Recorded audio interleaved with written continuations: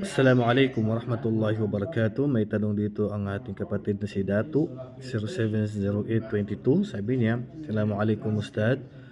Tanong lang po, pwede ba mag-imam ang hindi pa tuli? Okay.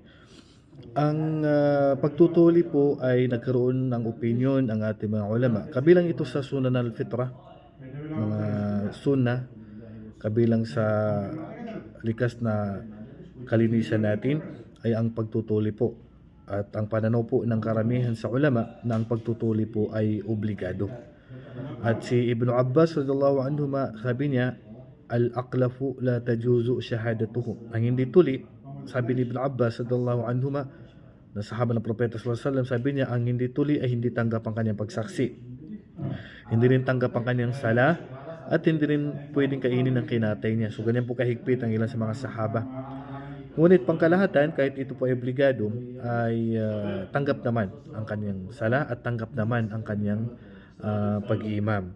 Pero ang dapat at obligado po sa isang lalaki ay natuli po.